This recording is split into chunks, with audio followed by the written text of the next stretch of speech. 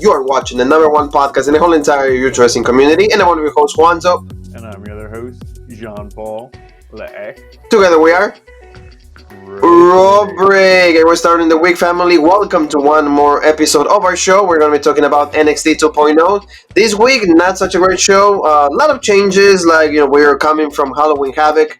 That was probably the best show so far of NXT 2.0. Lots of new champions, so they had to address the WWE Universe. And also, we had Tommaso Ciampa retain it against Braun Breaker. So he needed to give more reasons, and we have also confirmation that, Paul, remember we said there's not going to be a takeover. Now there is.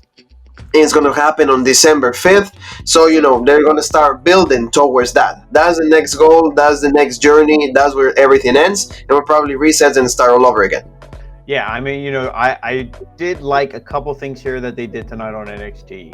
But then there was a lot of stuff, it's the same garbage, or just the segments are just so cringy, or the things go on too long and it doesn't make sense, and it just exposes how phony the whole segment is.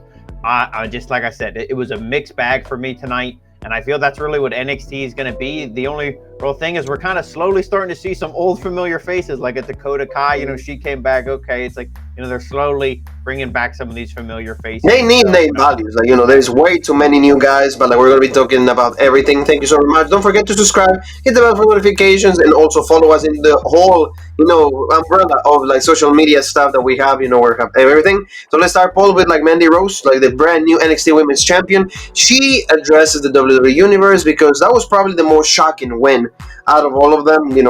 We thought Mandy always called bimbo, maybe not so skillful, but we did give the praise that that she deserved it, because she's actually getting better. The promo work is actually getting even more solid than before, and this time around they proved it. And she addresses the WWE Universe, just mentioning how she's hot and nobody thought she was gonna win. She did. And also she said, hey, this title looks the best on me than any other woman that has held the title before, all of that stuff. So what do you think about this? I think Mandy is going to be a good heel champion. Yeah, I really like Mandy, and like I said, every time I see her, especially since she came here to NXT, she really is impressed me and just shown that it's okay, yeah, I have the looks, but I really want to do this. I want to get better at this. I want to be a wrestler. I don't want to just be on the cover of Maxim, Hot 100 or whatever. No, Playboy. Or Playboy, whatever. I want to be legit. So that I do like this. I think they kind of let her out here. The promo was way too long. I don't know if they had a specific time limit, or they were just waiting for her to get to the end point. But I think it was kind of a sink or swim. Hey, you're the top woman now in this division. Can you cut a promo? Can you handle it? But I feel like if this was on Monday Night Raw, she would have been getting some what chance? Yeah. It was a little too long, and especially when she's like, "Oh, you're probably wondering where my girls are." Where are you? And then boom, a video conveniently timed in the back. See, if anything, they should have came out. And then they should have been oh, sorry, this is what we were up to. And have one of them holding a camcorder, they have footage or something, and then the other one's kicking the shit out of Zoe Stark. Make it seem a little more realistic. Then the ref comes, oh, stop, Yeah. I don't know. It was just it's too stagey. So I didn't like this. But as soon as I saw him kick the shit out of Zoe Stark, I knew this meant Mandy Rose's next opponent was going to be Io Shirai. So this I like. I think her and Io will have a pretty decent match. Io comes out, says, pretty much the same thing. I don't like Zoe, but I like you even less. She starts kicking the shit out of her. Mandy Rose actually says, oh, he's okay. You want the match right now? And then, chop blocks her, and they start, beating her up. Then Toxic Attraction, eventually numbers game and everything. But then we see the baby faces. So this will be, I think all the champions will, beat their three challengers here. With Casey Catanzaro and also Kaden Carter and Io Shirai. I don't think either of them, will win if they are the ones to get, championship matches. But, this is still pretty interesting. But of course, in typical WWE fashion, this gets set up as a 6-woman tag. So, Three here, I really don't three want to see here. that. I'd rather just see the individual, the matchups, but it is what it is, I guess. Exactly, and I agree with you. They always have to make it WWE style. They can never forget their ways, so that's how they do that. And as they're going into the back, they run into Dakota Kai, and she says right away, "It's like, hey, I didn't do this for you at all.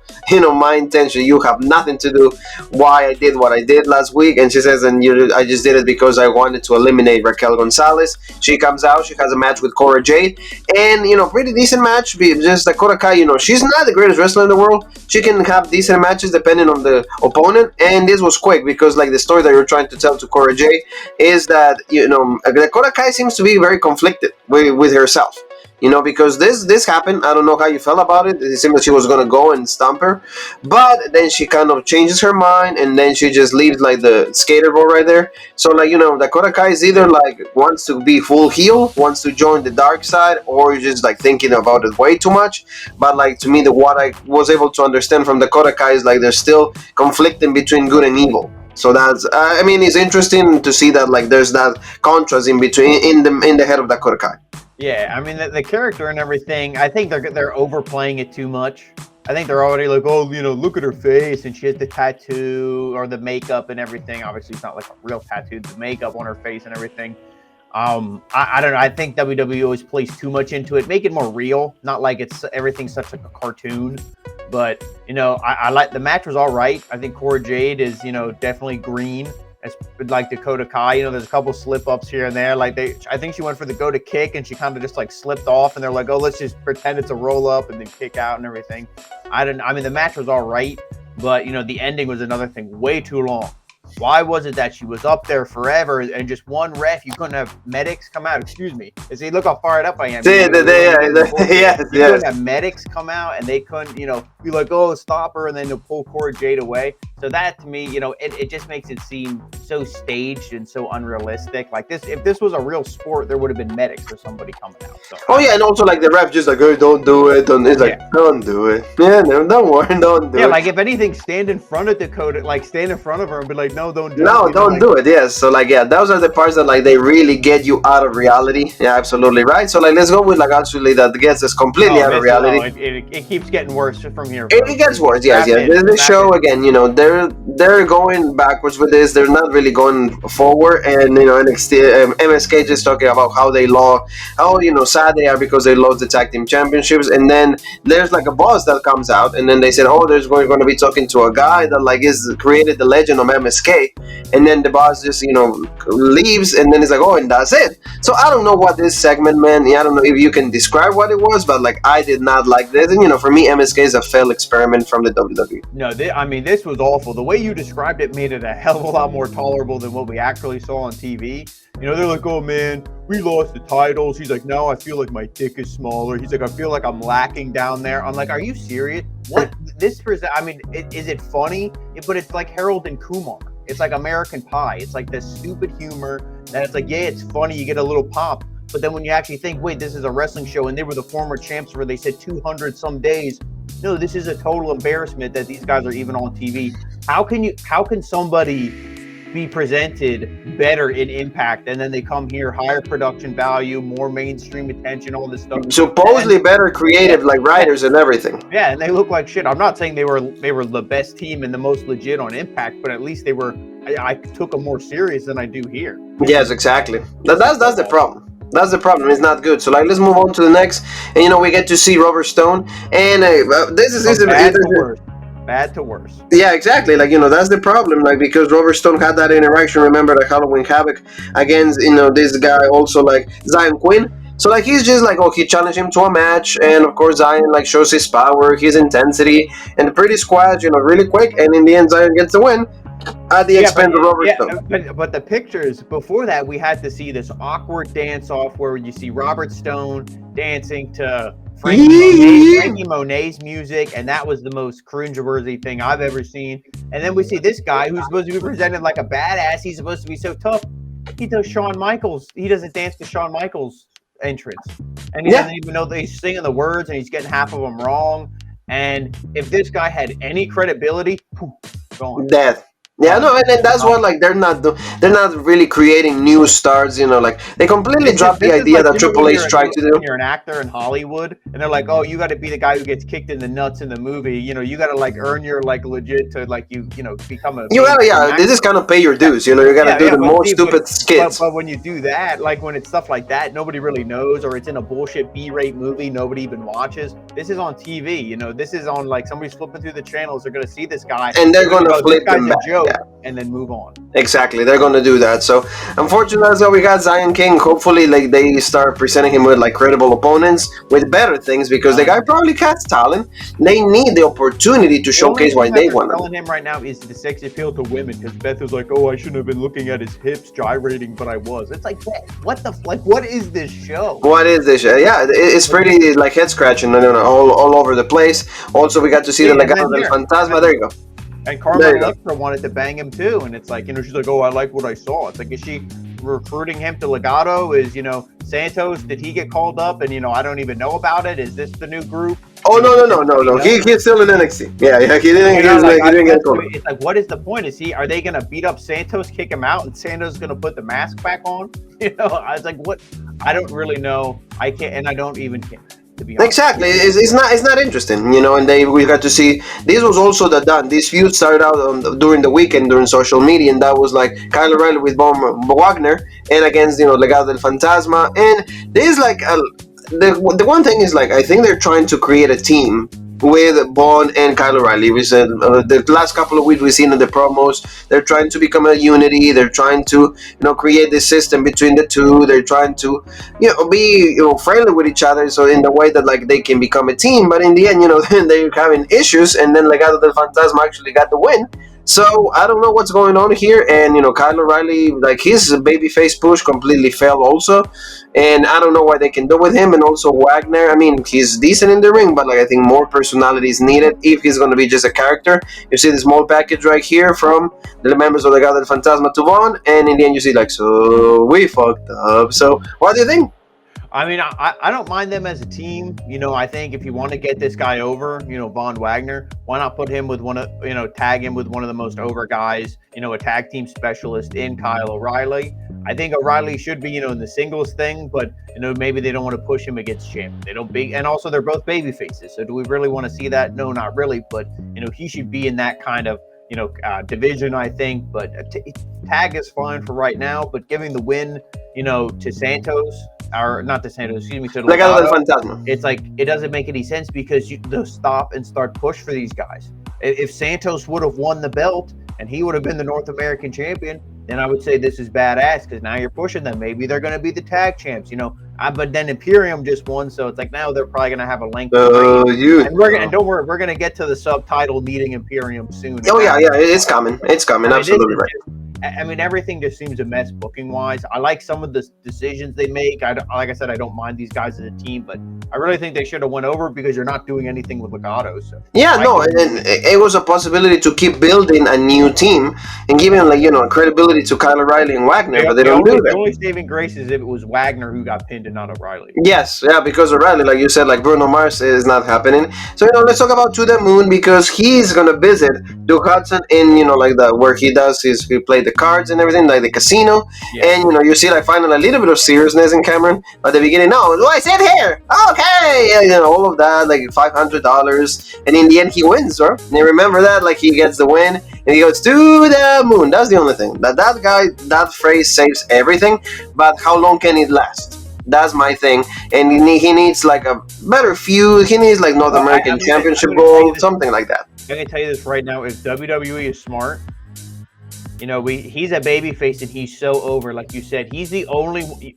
You watch these goofy and shitty segments, which this was, and it was I think 3 segments long. He's the only one who can save it because he has so much charisma. He's so funny, and you like the guy. And who, look at all the champs right now. I mean, there's only 2 in the men's singles division. One's a babyface, and he's not beating Ciampa. The other one is a shitty heel who, needs his buddy to win. And to me, that's the perfect story for Cameron Grimes to win, be the North American champion. That's what I would do. really solidify this guy. $1 million. I'm sorry, that's bullshit. You can go to, the WWE shop and you can be and buy it, yeah, and buy it. But no, this North American Championship, that's what I think needs to go to Cameron Grimes. I mean, did I laugh at the end when he won with a pair of twos? And he's like, oh, I won with some twos. He's like, oh, it's deuces. He's like, no, it's twos, to the moon. Like, yeah, like I said, it's funny, but he needs to win gold. You need to do something with this guy. Otherwise, it's like he's just going to be the joke. And that's going to be a match next week, probably. Hudson and Cameron Grimes. So he needs to, like you said, get some more wins and finally get gold, because that's the only, like you said, this is the best babyface that they have. I don't care for Ciampa. I don't care for, like, Breaker. Is to the moon, like push that agenda. Yes, he's a little goofy. Yes, yes. I'm saying at least give him a goal, give him like a meaningful win, and the guy can become like he has the phrase, but yet he can still be entertaining. But they don't do that. They don't believe him. They just want to like get the phrase, get it over. And then we're gonna go to Andrew Chase. This is just awful. He legit, is not believable at all. He's just goofy, like you said. Is not entertaining. All of that. It's like he issues an open challenge because he said like they've been saying that in social media that he sucks. So he's like, whoever wants to show up and step it up, there you go. Braun Breaker, another like squash match, 1, 2, 3. And the guy doesn't even have a ring gear. That's the thing.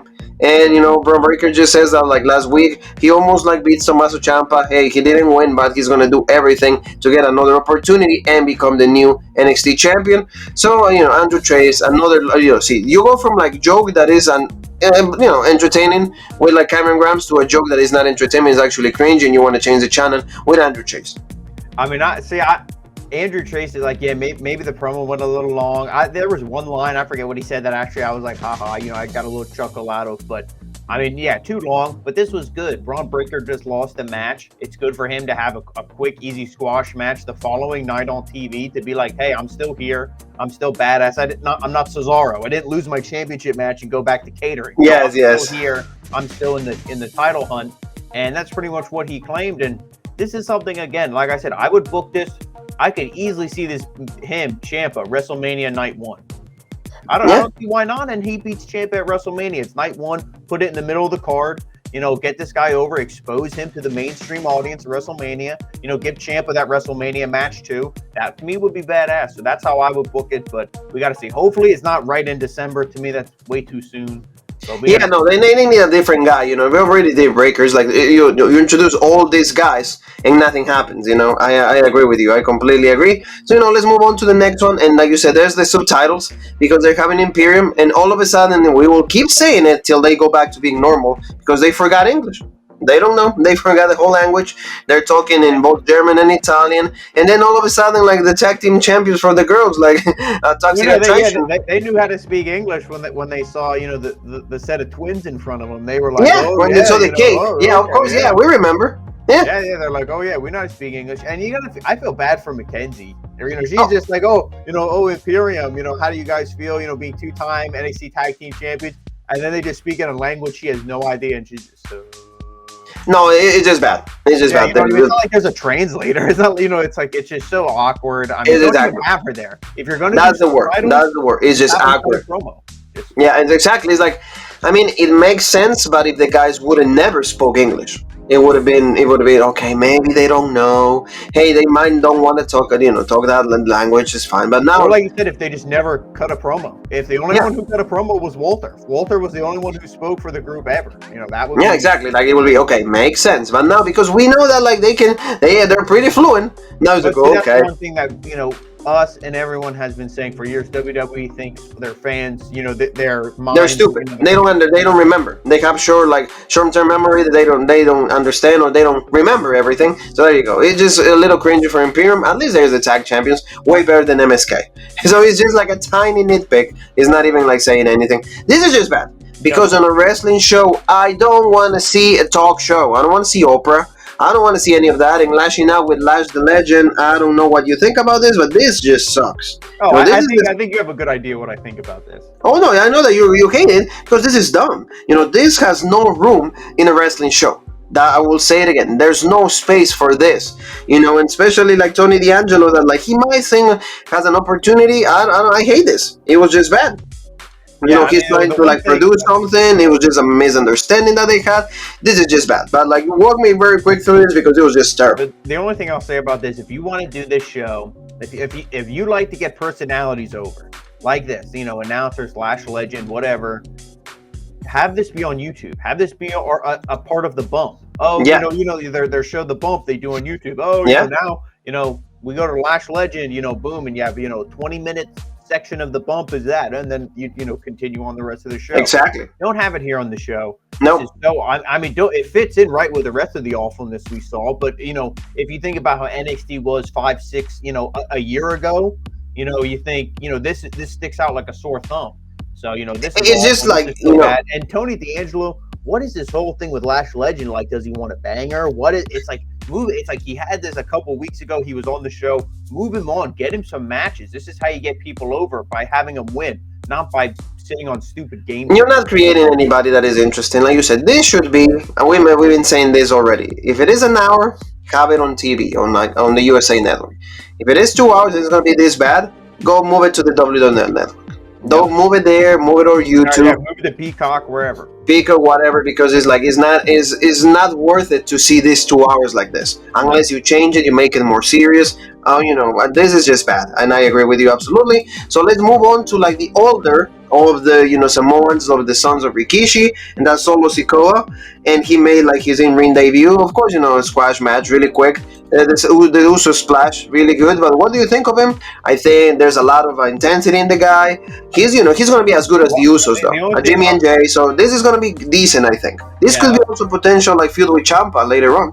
The thing I'll say about him is the same thing. I mean, him versus Breaker, I think would be badass. Almost like determine like a number one contender down the line, because they're two really serious guys, and when you see him in the ring, you believe him. It's not like an Andre Chase or the guy who looks like Kevin Owens. What's his name? Oh yeah, Gacy. Yeah, Gacy. It's not like them where it's like, oh my God, this guy's wrestling in a dress shirt, like he's a loser, but no, or a sweater vest. But I mean, this is. The match was good. It got him over, I think, because he beat up a guy who's I think they said he's 6'4", his opponent. Yeah. I forget his name. And, when he was getting backed into the corner and getting beat up by Uso, which I don't know why they don't call him Uso, because the crowd always chants Uso. Yeah. So just call him that. But, he's beating him up. And then you have, what's his name on commentary? Vic Joseph. Wade Barrett. And also you have, the Big Joseph. Yeah, Vic Joseph. He goes, when have we ever seen so-and-so be, manhandled like this? Never, because we've never seen this guy before. Have we ever seen this this big guy before? No. So maybe he sees them. Maybe he's in the Performance Center, and then maybe that's what he's calling matches from. But exactly like you said, this is not good. But at least Sikoa, the older of the Usos, is going to be decent. At least one redeeming thing of this show is that. So let's move on to LA Knight. This is another failed experiment. It sucks to be LA Knight. He had all the charisma, all the opportunity to be a believable heel. He should be feuding Tommaso Ciampa right now. He should be like engaging in one of those championship feuds. But he's going to just be like calling them action with Boa and also Grayson Waller. This was just awful. And of course, LA Knight has this feud with Waller. He also interfere and got to go Boa the win. So do I really care? Boa, remember Neon Shah, all of that. Why do I need to care about Boa? I don't get it. Yeah, I don't know. I honestly feel like they created the Boa character because the Marvel Shang-Chi movie came out, and then nobody really. I mean, the movie was good, but nobody really cared about these characters here, and there's like so. And Neon Shah completely done. I don't know. I mean, this is stupid. LA Knight, he should be one. Him, Pete Dunne. Why aren't they on TV feuding with Ciampa? And also, we know you wanted to take the belt off him because he's fat. That's fine. But where the hell is Samoa Joe? Yeah. No, it's true. You did it in the most cringy way. Didn't even address the WWE Universe, nothing. And then there you go. We're going to take it off you. We'll put it on Ciampa. Great thing. Should have been Joe's era to just maybe have really good feuds with Breaker. Even Pete Dunne, like you said, Ciampa would have been a good match. But no, nothing makes sense. And that's because McMahon and Bruce Pritchard took over. And that's what Triple H almost dies. Right there. Yeah, done. Yeah, exactly. I'm not going to make a joke, but I'm sure it definitely didn't help. It didn't help. So, I'm sorry, Kaylee Day, but they had another promo by her. She's going really intense on this, and but to me, again, as of this, the status of NXT 2.0 right now, I don't think she fits in this. Her character is way too serious, way too legit, way too important to be mixed into this. Especially if Mandy Rose is champion, how do you put Kaylee Ray there? She's not gonna be a good babyface. It's just not, her personality doesn't fit with people that do good. She needs people that do evil things or like heelish tactics. I don't know. I don't know how they're going to do this, but I feel bad for Kaylee Ray. She came on NXT and the wrong one. Yeah, exactly. She should have been here, when it was Rhea Ripley, Shayna Baszler, all that. Yes. But yes, when Bianca Belair healed. I mean, she was there. She was part of War Games and all that, but then she went, she was still the UK champion. So she yes. But, I mean, I love the promos. We're going to see her next week. I'm excited for that. I think, if you kind of just get her wins, but you keep her away from the title and you just keep getting her wins, maybe Toxic Attraction will get over as baby faces. And then eventually, because you can only be heel so long and then you kind of turn babyface. I would even say, like, Roman's at that point now. Yeah. Boo him, but, he's a babyface. People love Roman's character. Yes. Mandy Rose could eventually kind of get to that point. Maybe that's when you do the matchup. But if they do it heel versus heel, Mandy Rose is going to win. I don't see him. That's what I mean. So, like, I don't know. And, like, I feel a little bad because, like, this was supposed to be her time. She did everything she had to do in NXT UK. Now we were supposed to do this the same here in America. I don't think it's going to happen. So let's move on to Tommaso Ciampa. Remember, he's going to address the WWE Universe and his victory against Braun Breaker at Halloween Havoc. And he just says that, he feels really good and happy that he kept the title. More opponents coming. All of that from Tommaso Ciampa, but he gets interrupted right away by like Williams and also Carmelo Hayes, and they said, "Hey, you're the past, we're the present, the future."